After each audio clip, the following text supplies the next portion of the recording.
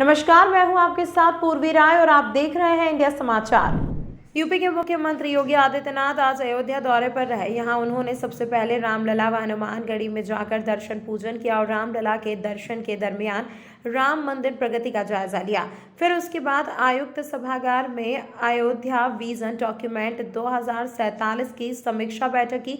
उन्होंने इन पथों को जल्द से जल्द पूरा करने के निर्देश अफसरों को दिए। बैठक के बाद मुख्यमंत्री योगी आदित्यनाथ GIC मैदान में प्रबुद्ध जन सभा मंच पर पहुंचे, जहां उन्होंने अयोध्या वासियों को एक बड़ी सौगात भी दी। करीब 1056 करोड़ की 46 विकास परियोजनाओं का लोकार्पण शिलान्यास किया और प्रधानमंत्री आवास लाभार्थियों को चाबी सौंपी। इस दौरान मंच से संबोधित करते हुए मुख्यमंत्री योगी आदित्यनाथ ने कहा कि अयोध्या सप्तपुरी में से एक पुरी है।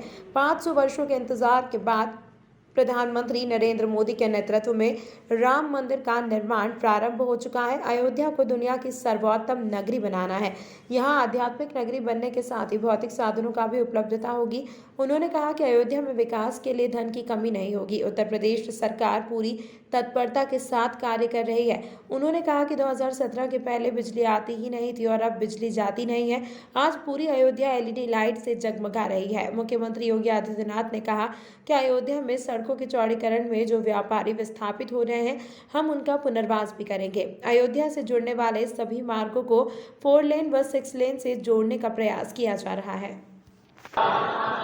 अयोध्या को 1046 करोड़ रुपए की परियोजनाओं का यहाँ पे लोकार्पण और शिलान्यास के साथ ही प्रबुद्ध जनों के साथ इस संवाद का कार्यक्रम हो रहा है। प्रभु श्री राम की इस पावन धरा को नमन करते हुए मैं पूरे अयोध्या वासियों को इन सभी परियोजनाओं की हृदय से बधाई देते हुए सभी प्रबुद्ध जनों का हृदय से स्वागत और अभिनंदन करता हूं। भाइयों बहनों, अयोध्या हमारी 7 पावन पुरियों में से प्रथम पुरी है। मर्यादा पुरुषोत्तम भगवान श्री राम की पावन जन्मभूमि है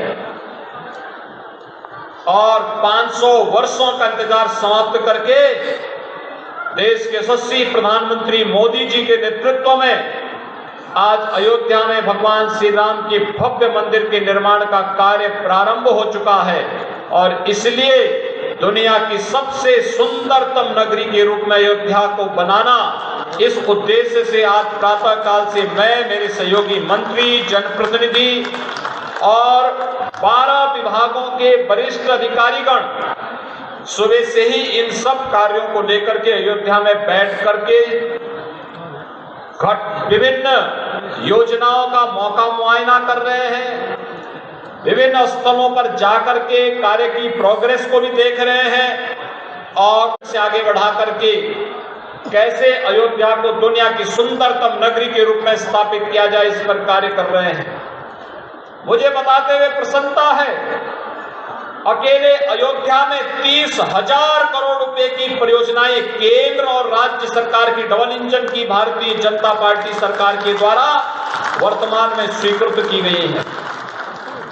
एक नए अयोध्या के रूप में स्थापित करने, जनता की बुनियादी सुविधाओं को आगे बढ़ाने, और अगर दुनिया आगे बढ़ रही है तो हमारी अयोध्या भी पीछे नहीं रहेगी। हम आध्यात्मिक और सांस्कृतिक रूप से तो आगे बढ़ेंगे ही, भौतिक विकास के भी नित्य नए प्रतिमान स्थापित करेंगे।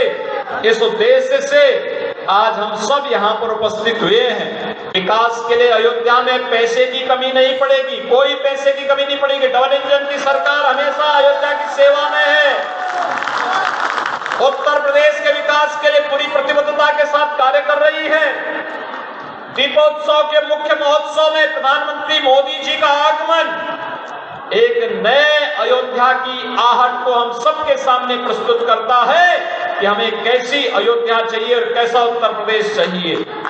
दीपोत्सव के कार्यक्रम में प्रधानमंत्री जी का आगमन अयोध्या के प्रति उनकी सत्ता निष्ठा को प्रदर्शित करता है, जो उन्होंने अयोध्या में भगवान राम के भव्य मंदिर निर्माण के लिए किए गए दृढ़ इच्छा शक्ति और दृढ़ निश्चय के फलस्वरूप 500 वर्षों का इंतजार समाप्त हुआ और आज अयोध्या में रामलला का भव्य मंदिर का निर्माण कार्य प्रारंभ हो गया। जनता को बुनियादी सुविधाओं से आच्छादित करने के लिए तमाम प्रकार की कार्रवाई। याद करिए 2017 के पहले अयोध्या में बिजली ही नहीं आती थी, और आज बिजली है कि जाती नहीं है अयोध्या से। यही तो अंतर है। पिछली सरकारें अंधकार में रहने की अभ्यस्त थी, इसलिए बिजली नहीं देती थी, और हमारी सरकार अयोध्या को 24 घंटे बिजली उपलब्ध करवा रही है। सिटी मिशन के बारे में, स्मार्ट सिटी मिशन के अंतर्गत जो कार्य हो रहे हैं, अच्छी सड़कों बनाने का कार्य, लटकते हुए झूलते हुए तारों से निजात दिलाने के लिए आईपी इंटीग्रेटेड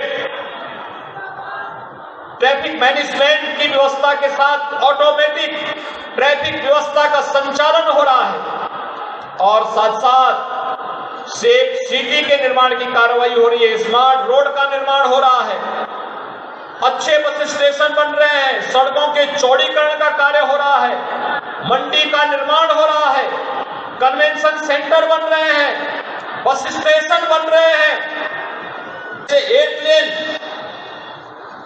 बनाने की कार्रवाई हो रही है। हो सकता है कि मार्ग निर्माण के समय कुछ व्यापारियों को हटना पड़े, लेकिन मैं आपको आश्वासन देने के लिए आया हूं, हर व्यापारी का पुनर्वास भी करेंगे और उसको कंपनसेशन भी दिलाएंगे। कोई उनके साथ शोषण नहीं कर पाएगा, कोई उनका शोषण नहीं कर पाएगा।